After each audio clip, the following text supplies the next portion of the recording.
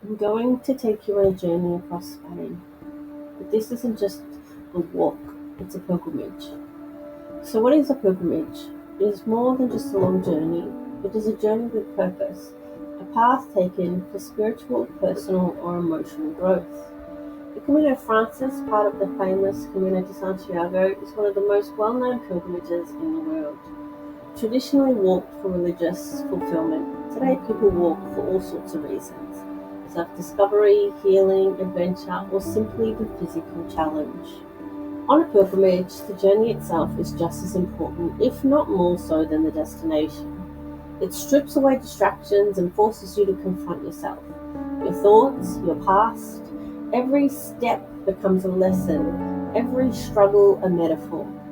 It is a journey not just across land, but through your own soul.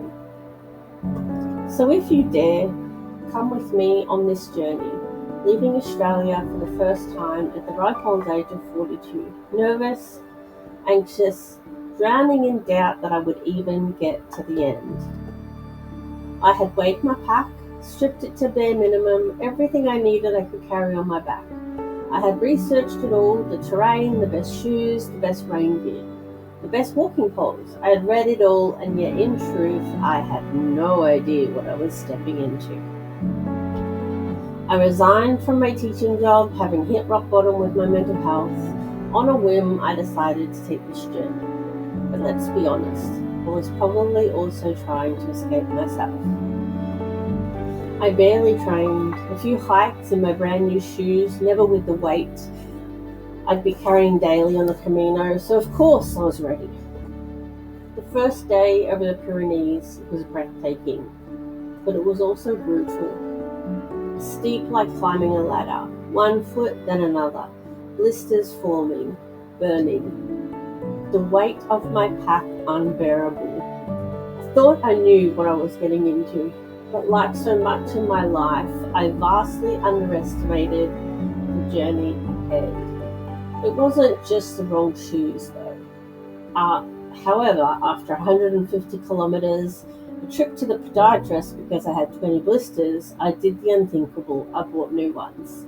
It wasn't the lack of training, though in hindsight that may have helped.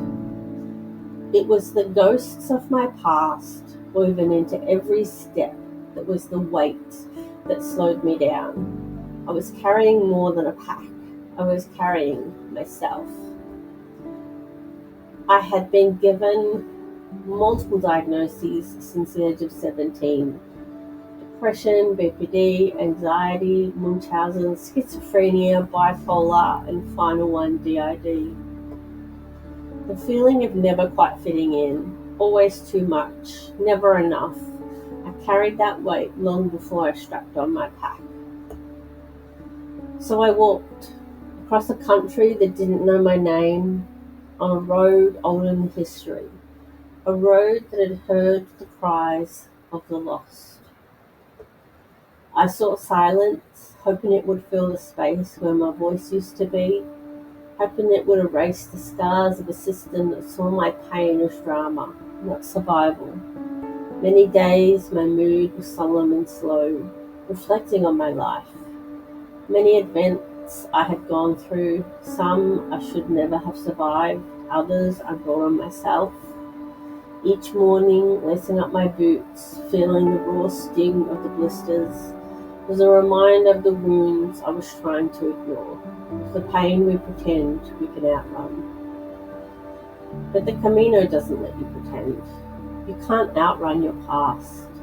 It finds you in the stillness of the meseta, in the endless incline of Osagrero, where every corner tricks you. You think you've arrived, only to find you're nowhere near the top. This felt like a metaphor for healing. That dreaded word recovery, you feel like things are going well, you're moving forward. Maybe I won't need therapy for much longer. Maybe my nightmares will stop haunting me. I know I'm almost to the top, only to find that you're not. Similarly, the Cruz de Ferro stands as a reminder that the journey isn't over yet. A simple iron cross atop a weathered post, marking the highest point of the Camino Francés. Just when you think you've reached the top, you realise there's still more to climb. And at its base lies a mountain of stones, left by pilgrims for centuries. Each stone represents a burden carried, a pain held, a grief unspoken. Pilgrims bring a stone from home, something small yet heavy with meaning, to lay at the foot of the cross, a symbol of what they are ready to leave behind. That morning, leaving Astorga, I had mixed emotions and walked solo for the whole day. The climb to the top was 34 kilometers and every step was full of pain, heartache. I had known about this moment from the beginning. I had carried my stone, physically yes, but also in my heart. It wasn't just a rock. It was years of being told I was too much, that my pain was my fault, that my struggles were choices, that I had broken beyond repair. I stood at the cross, holding my past in my hands. And for a moment, I wasn't sure I could let it go. Because what happens when you put the weight down? Who are you without it? Then, deep breath, one last squeeze. And I placed it amongst the others. 1,000 stories, 1,000 stones, 1,000 wounds trying to heal. I knelt on the rocks and cried until the sun had completely gone. I walked away lighter, not healed, not fixed, but lighter. I kept walking because healing isn't a moment, it's a journey. The Camino also taught me that silence can be deadly. I had held my pain so closely and it turned inward that I was dying from the inside out. I needed to speak my truth, speak my pain, speak my hurt, and even speak my shame. From the age of 17 with my first suicide attempt to the age of 41 with my last, I lost count of how many times.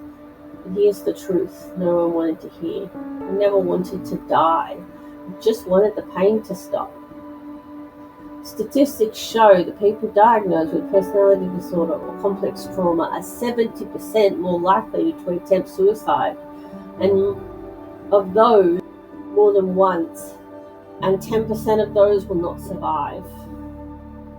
I could have been one of those statistics, but thankfully I am still here walking this crazy pilgrimage.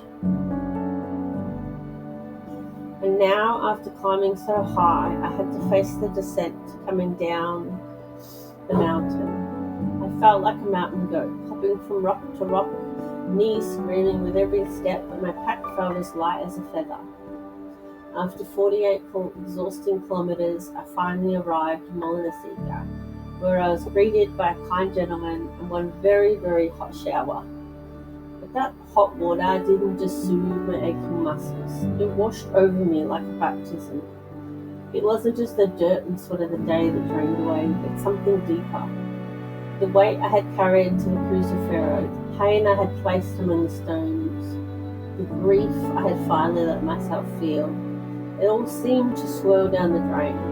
I wasn't healed, I wasn't whole. In that moment, standing under the stream, I felt something I hadn't in a long time. A sense of relief, a breath of possibility. Just maybe I could keep going. Not just on the Camino, but beyond.